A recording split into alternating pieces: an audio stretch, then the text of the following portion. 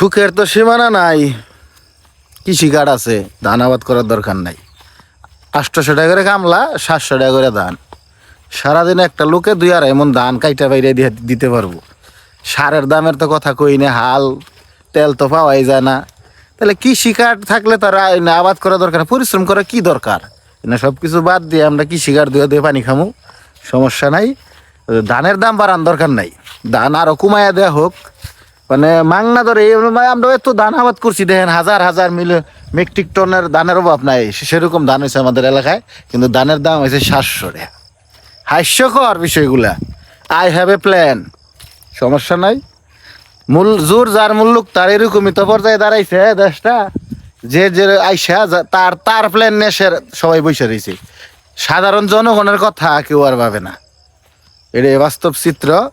আমরা একমাত্র পৃথিবীর বুকে দুইবার দেশ স্বাধীন করছি, তারপর বঙ্গ দুঃখ দুর্দশা কাটতাছে আমার তো মনে হয় না। ধন্যবাদ সবাইকে।